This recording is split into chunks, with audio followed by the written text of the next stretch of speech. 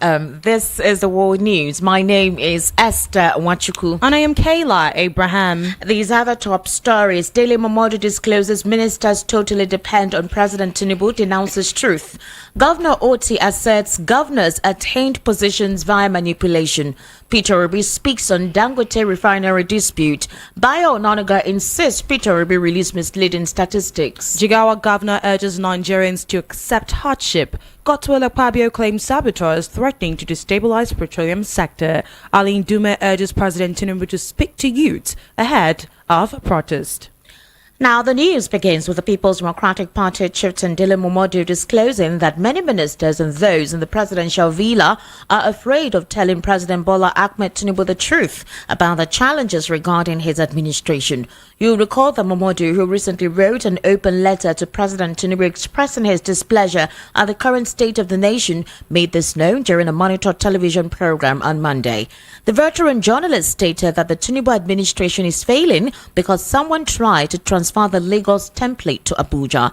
Speaking further, Momodu claimed that the current administration is all about using appointees, or rather appointments, as compensation to friends who may not be competent for the job given to them. In another development, the governor of Abia State, Alex Oti, recently declared that many of the leaders in the state did not emerge through the popular will of the people, but through alleged electoral manipulation.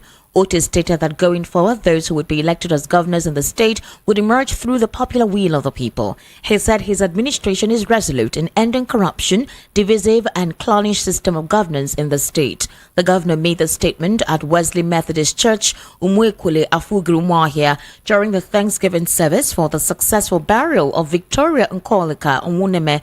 The governor, who was at a Thanksgiving service with top members of his cabinet and some legislators, thanked the church for the prayers and support they were giving his administration. He said his administration was practicing good governance and ensuring equitable distribution of democracy dividends to all parts of the state. The governor further said that his administration was not interested in state or local government of origin, but believed that anybody who lives and pays their tax in the state is an Abian. Now, the former governor of Anambra State, Peter Obi, has called on the federal government to resolve the conflicting issues between Dangote Industries and government agencies. Peter Obi, the Labour Party presidential candidate in the 2023 elections, made the plea via X on Tuesday, which is today, titled Dangote Refinery should be fully supported, not vilified. You will recall that Dangote has been embroiled in disputes with the Nigerian government concerning his refinery project in Lagos. Initially, Dangote shared his frustrations regarding a group obstructing his efforts to import crude oil and the subsequent challenges in obtaining necessary products which have impeded the progress of operations. However, the situation escalated when the NMDPRA announced that the government had not yet granted the necessary licenses for Dangote's refinery to commence operations. Reacting to the development, Peter Obi asserted that the issue transcends political affiliation and personal grievances, which should be resolved swiftly, considering Dangote's contribution to Nigeria. Obi said government agencies should be directed to offer the necessary support for the seamless launch and operation of the Dangote refinery. According to him, the refinery has the potential to generate approximately $21 billion in annual revenue and create over 100,000 jobs, with numerous additional positive impacts on the economy. On Bayo Onanuga's allegation that Peter Obi is behind the planned protest, Yunusa Tanko, the head of his media team, has responded. However, let's take a listen to him.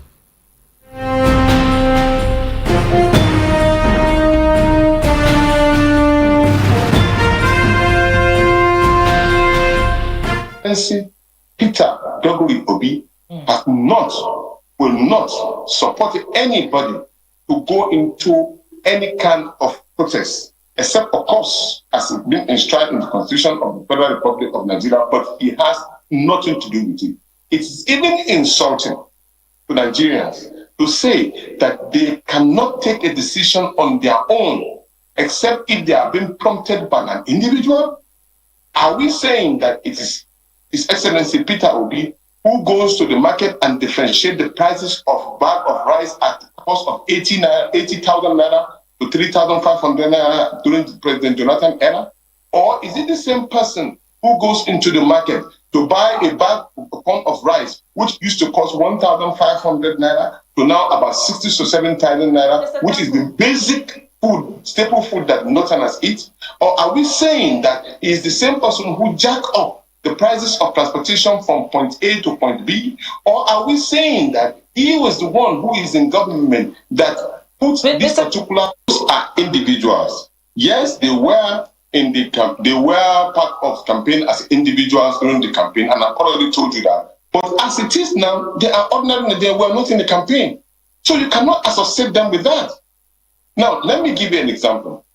Even within the APC, as we speak right now, those market women in Lagos who are chanting, Ebin Power, can you not say that they were part of the people who campaigned for the APC presidency?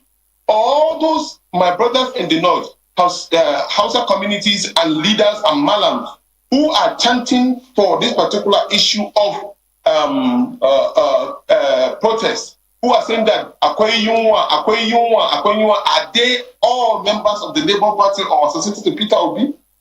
This is, in fact, what they are doing is that they are just looking for a dog to give it a bad name in order to hang it. But I can tell you for sure, it will not sell. What they are simply doing is that they are making His Excellency more popular to the people. Because there was no time in anywhere you can check it and see where Peter Obi or any of his personal colleagues who have been working with him or support or say that you should go onto the streets. No, that is not the line of argument for him. He has always been an individual who is interested in debates who have to do with basic needs of the Nigerian people. Here I'm talking about issues that concerns you with issue of electricity, power, health, and all. So there are issue-based debates that he enjoys doing. And you cannot fault him because you have nowhere that you can say he has seen him associated as giving directive, go and do this. No. So go and do your verification.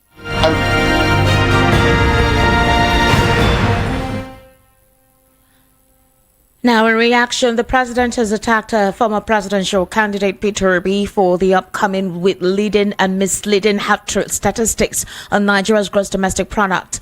Peter Obi had on Monday in an X post said when Nigeria returned to democratic governance in 1999, it maintained an average GDP growth of about 6.72% for 16 years from 1999 to 2014. He said the impressive growth trajectory, unfortunately, was not sustained by the then new government, and the nation's GDP growth collapsed to 2.79% in 2015 and then sank into a recession in 2016 with a negative growth of minus 1.58% and 0.82% in 2017. But the special advisor to the president on information and strategy, Bayo Onanuga, countered Peter Obi what he called misleading statistics. He wondered why Obi would be reviewing the economy at this time, saying the motive is clear. Onanuga said emphatically that Obi wanted to walk up his mob, plotting to destabilize the country from next week. Onanuga wrote in reply to Obi's comment on his X page, Labour Party failed presidential candidate Peter Obi has come up with his misleading half-truth statistics again. The big question is why this economic review at this time? The motive is clear. He wants to work up his mob, plotting to destabilize the country from next week. End quote. In a recent development, Governor Umar Namadi of Jigawa State has advised Nigerians to consider the current economic hardship as a test from God rather than resorting to protest. The governor, who is a member of the All Progressives Congress APC, made the statement on Monday during a town hall meeting with 27 groups in Dutse. The meeting, which included representatives from the Nigeria Labour Congress NLC, the Christian Association of Nigeria CAN, and the National Association of Nigerian Students NONS, saw the group disassociate themselves from the planned nationwide protest scheduled for August 1. Governor Namadi, who acknowledged the economic challenges facing the country, said that protest is not the solution. He encouraged citizens to express their grievances through alternative means, such as prayer and seeking divine intervention. The governor highlighted the efforts of the government in providing relief measures, including food items, materials, and cash distribution to cushion the effect of the hardship. He also reminded the people that the federal government had approved the importation of food items without import duty for 5 months. Namadi urged Nigerians to accept the hardship as a trial from God, citing the Islamic belief in destiny. Meanwhile, Senator Ali Ndume wants President Tinubu to address the planned nationwide protest over economic hardship using dialogue. Ndume gave the advice on Monday ahead of the planned protest billed for August 1 across the country. According to the lawmaker, talking with the organizers, who are mostly youths, will help in dousing this tension and avert the planned demonstrations. His comment aligns with the Nigerian Labour Congress's charge for President Tinubu to dialogue with the leaders of the planned demonstration. In a statement on Monday, the Labour Union said Tinubu should invite the leaders of the planned protest and listen to their grievances. Senate President Godswill Akpabio has raised alarm over the persistent economic sabotage that has undermined investor confidence in the petroleum sector, declaring that the Senate must identify and hold those accountable for the criminal act. Akpabio made the declaration on Monday during the inauguration of the Senate Ad Hoc Committee to investigate alleged sabotage in the sector. At the inauguration, the Senate President stated that it is not merely an investigation, but a rescue mission for the nation's future. He said that it is a matter of national security and sovereignty, and if left unchecked, could cripple the economy for generations to come. Senator Akpabio therefore charged members of the committee to collaborate with relevant agencies, industry experts, and stakeholders to uncover the root cause of the economic saboteurs, leaving no stone unturned. You're currently listening to the World News at 12 on Voice of the People, 90.3 FM. We're about to head into our news analysis segment. Of course, we'll be joined via the telephone with Barrister Darlington. Barrister Darlington is a political, national and social affairs commentator. And of course, he's going to respond to some questions I'll be posed to him. Do kindly stay with us.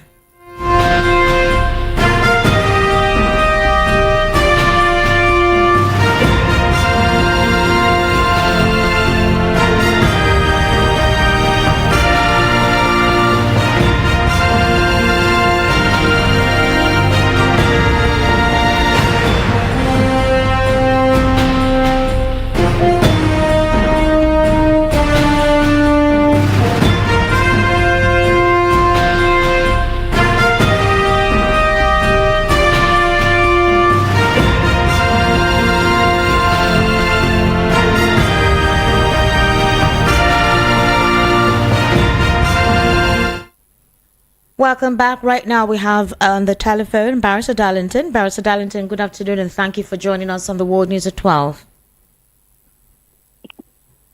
Barrister Darlington, can you hear me? Hello. Can you hear me, Barrister Darlington? Welcome to the World News. This is Esther Wachuku. Barrister Darlington, can you hear me? Hello. Can you hear me, Barrister Darlington? Yes, I can hear you now. All right, it seems the cord is giving us issues. Barrister Darlington, let's quickly get into it. This particular moment, Alex, can you hear me now? There's no tweaking to be done. All right, so Alex Otti, the governor of Abia State, has currently disclosed that most of the governors who attained their position got in through frivolous means. He literally alleged that the governors get in through some biased methods being procured either through some persons who are supporting them or some individuals within INEC. What's your take on that? That is a fact. Most of the people leading Nigeria today, or even in the past, they are not supposed to be in government because they don't know what governance is all about. It's all about the violence and being at it. That's why when they get in there, they don't know what to do. A typical example is APC, who told us that they were coming for change. Look at the change they brought. Since they came into office, it has always been in terms of war. Does it show that they know what they are doing? So what the man said is a fact. They don't know what governance is all about. They thought it's all about selfish interest and personal aggrandizement. Barrister Darlington. That's why when they come to talk, they start stealing and stealing and stealing, forgetting that the money is meant for the people. All right, Bayo Onanuga is insisting that Peter Obi's disclosure on statistics are misleading. You recall the first time he made an allegation that Peter Obi was the one sponsoring the mob on social media on the proposed planned protest on August 1. A couple of supporters of this administration and, of course, those who are opposing this administration have different diverse views as to why Bayo Onanuga would come out to make such a statement on a very, very open platform. Well, when Peter Obi responded, he talked about the fact that the country should focus on the people rather than focus on him. And, of course, he was able to expatiate on the impressive growth trajectory from 2015 and up till now. Impressive, and how, of course, the growth trajectory has gone down the drain. Now, Bayo Onanuga is asking, why would Peter Obi come out to make such a statement that he's giving misleading statistics, meaning that he's holding on to his statement that Peter Obi is the one walking up the mob for the planned protest on August 1. What's your take on that response? It's very funny, very, very unfortunate. It means that this Bayo Onanuga, look, the wisdom and intelligence people attributed to him, he doesn't have it. Seriously. If he truly what he claimed, I expected him to give the accurate statistics. Since he said that of P2B is not correct, let Bayo provide the accurate statistics since he knows better. It's as simple as that. Everybody knows that things went down south since 2015 when these people came into office. So what is new there? What is it that the P2B is saying wrong? Bayo Onanuga should go and think about what they are doing to Nigerians and leave P2B alone. What the man said is correct. What P2B said is correct. And Bayo Onanuga cannot contradict it. If he can, let him meet P2B on a platform where it can be debated. I was saying Bayo Onanuga to say, okay, he wants to challenge P2B on these statistics. I will not listen to him. But look at what he's saying. Why is he bringing up the statistics? Have P2B not been reading out statistics even before the election, during the campaign? Has he not been reading out all those statistics? So what is new now? You mean people are not aware or what? I don't get it. Is it P2B that caused this problem? Was it P2B? Instead of this man to go and even bury themselves in shame for what they have done so far, they are even attacking those who are putting them in the right way. It's unfortunate. All right, Barrister Darlington. Well, let's look at the statement made by the governor of Jigawa State, Umar Namadi, saying that Nigerians shouldn't resort to protest, but instead should see the economic hardship that we're currently facing as a test from God and look for alternative measures like prayers and divine intervention. Barrister Darlington, the country's unemployment rate surged to 5.0% in the third quarter of 2023. Inflation rate as of June is at 34.2, which has made food commodities unaffordable for every Nigeria right now. And we are seeing the unification of the Naira making businesses difficult and making life difficult for everybody to fuel, and the electricity tariffs and many more. I mean, would you say that the economic crisis that we're facing in the country is spiritual and not man-made, looking at this statement by Umar Namadi? When you add this type of statement to what the governor of Abia State is saying, you now know that there are people who are not supposed to be in government. Look at what the governor said, that it is the destiny of people to be poor in the midst of plenty. So it is the destiny of those who are looting our treasury to continue to loot it, Abi. You can imagine that type of mindset. This one has been going to Mecca. All the prayer you have been making in Nepal, why have you not lifted the north out of poverty? Look at that. These are the people I should be listening to. Look at the statement a man made, a governor.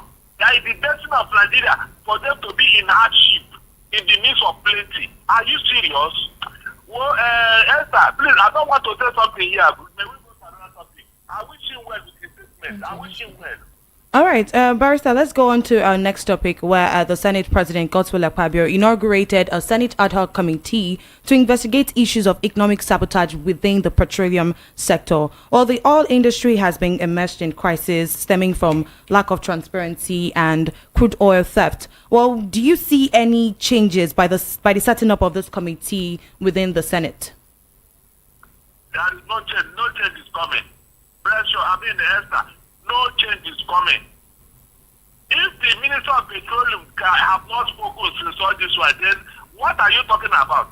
Are they going to do any committee behind the Minister of Petroleum?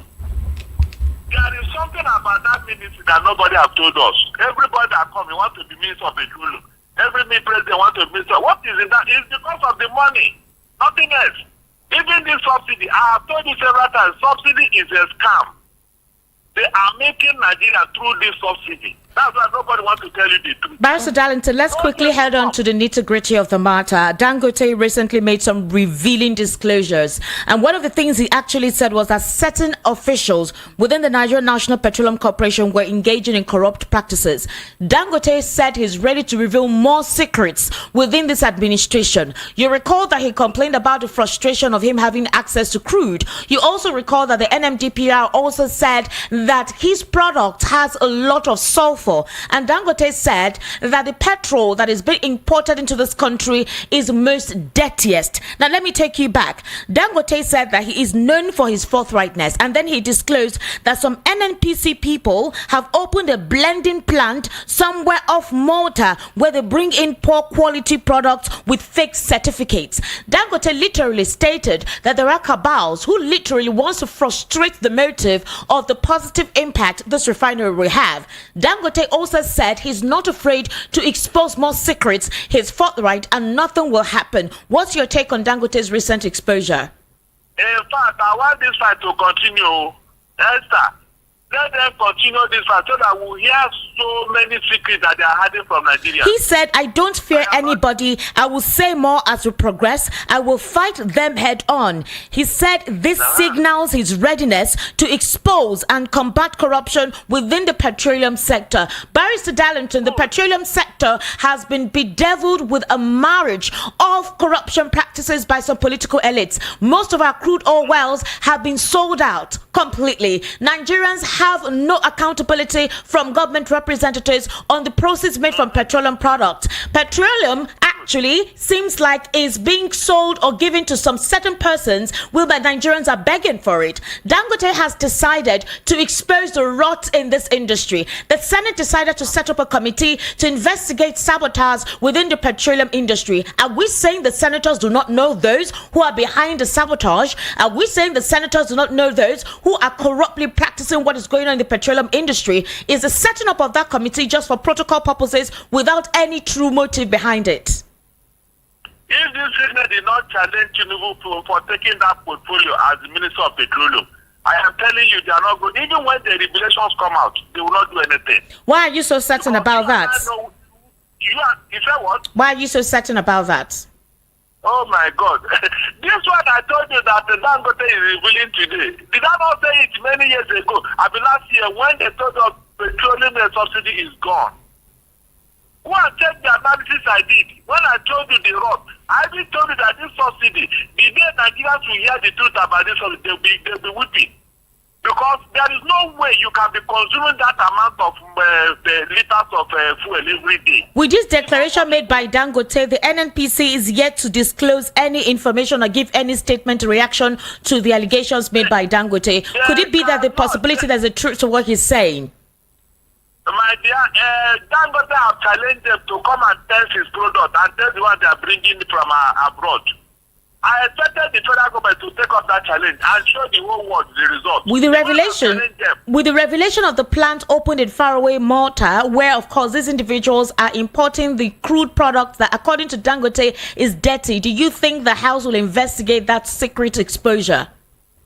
The one that do quite brought other Buhari that not people's car, the people's car engine. Did anything come out of it? Barrister, who is the owner of Duke Oil? Who is the owner of Duke Oil? Oh, the Duke Oil? Yes. You asking me the owner of Duke Oil? Yes. Go ask Mene Kiari. The man who is the Alpha and Omega in NNPC. Go ask what. You mean ask yourself, why is the man still there? He was one that registered NNPC when he was in school.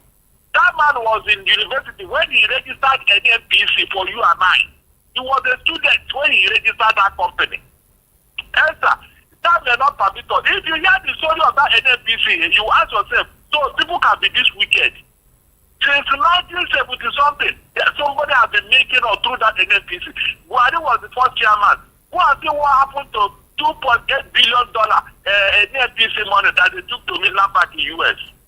It was a result of investigation of that money that toppled the Shagari's government. 2 weeks into the investigation, it was Saraki's father, Olushola, who read the letter they brought from from Midland Park, where the manager said yes that they received such a money, but the ownership is what they are trying to find out. It was during that investigation that Shari was toppled. And up to today, nobody has made any statement about that money till today. Buhari was the chairman of that. He was the first chairman. What does that tell you? Elka, what does that tell you? Look, there are so many things that you have to be corrected in Nigeria. That's why I'm telling you that the person that will clean up Nigeria have not come. You see this thing that's going on. If you see how many years these people have in darkness, some people want anybody to rear his head in Nigeria. They want everybody to be inside the cooler, so that only them alone can be eating the resources of Nigeria. And they are not buying. They are not buying. Somebody came out and told you that look at the people that are giving our crude oil. Yes, no head was doing it. He came out, the whole NNPC managing director came and told him that this is about of people that is this was under his watch. But he couldn't name those who are doing this for him. All right, Barrister Darlington. I'm praying that let the match between you and the federal government continue. I want to hear more. Barrister Darlington, thank you so much for taking your time to share your perspective on some of the questions posed at you on the World News at 12. We sincerely do appreciate your input. Thank you, sir.